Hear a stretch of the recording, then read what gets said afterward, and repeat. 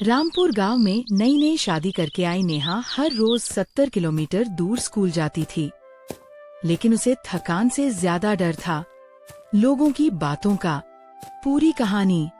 आ गई नेहा, आज फिर देर हो गई। सास शारदा ने हल्के ताने में कहा। जी माँ, थोड़ा ट्रैफिक था। हो बेटा, मैं मना नहीं कर रही नौकरी से, पर नई नई शादी हुई है, थोड़ा घर को भी टाइम देना पड़ता है। जी माँ, मैं कोशिश कर रही हूँ। नेहा सुबह जल्दी निकलती और रात को थक कर वापस आती। लगभग 70 किलोमीटर का रोज सफर, जिससे वो अंदर से टूटने लगी थी। एक दिन उसका पति रोहन बोला, नेहा, तुम अपने ऊपर बहुत ज्यादा दबाव डाल रही हो। नहीं, मैं संभाल लूंगी। मुझे पता है तुम संभाल लोगी, लेकिन ये रोज का लंबा सफर सही नहीं है। कुछ दिन के लिए तुम अपने मायके चली जाओ। अभी लोग क्या कहेंगे? लोग तो वैसे भी कुछ ना कुछ कहेंगे, हमें अपना देखना है। नेहा मान गई और कुछ दिन के लिए अपने मायके रामपुर आ गई। मायके में शुरू में सब ठीक था, स्कूल पास था, थकान कम हो गई थी, लेकिन धीरे धीरे पड़ोसियों की बातें शुरू हो गईं। अरे नेहा अभी तक यहीं है, ससुराल नहीं गई। आजकल की लड़कियां। माँ सुनीता को ये बातें चुभने लगीं। एक दिन उन्होंने कहा, बेटा, जितनी जल्दी हो सके ससुराल चली जा, लोग बातें बना रहे हैं। नेहा चुप रह गई। उसे समझ नहीं आ रहा था वो आखिर किसके लिए जी रही है। टकराव। अगले दिन फिर वही बात हुई। कब जाएगी ससुराल? इस बार नेहा टूट गई। माँ, मैंने क्या गलत किया है? मैं बस अपनी नौकरी संभाल रही हूँ।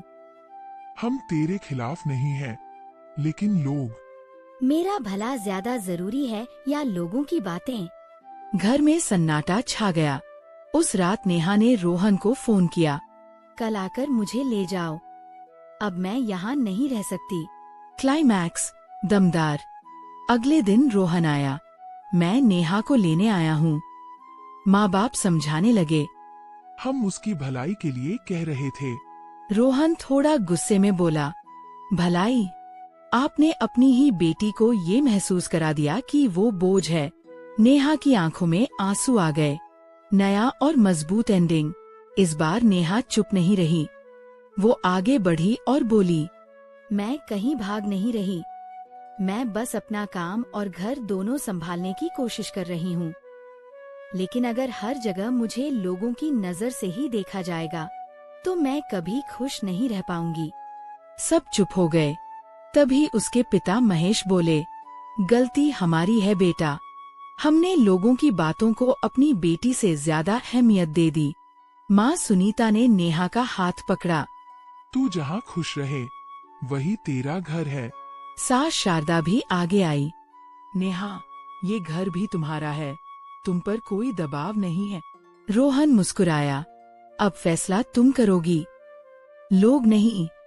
नेहा की आंखों में आंसू थे, लेकिन इस बार दर्द के नहीं, सुकून के थे। And message. समाज की बातें कभी खत्म नहीं होती, लेकिन अगर अपने साथ हों, तो हर मुश्किल आसान हो जाती है।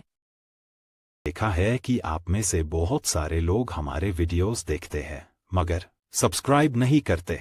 तो दोस्तों, अगर आपको हमारा कंटेंट पसंद आ रहा है तो लाइक करें, कमेंट करें और अपने विचार शेयर करें।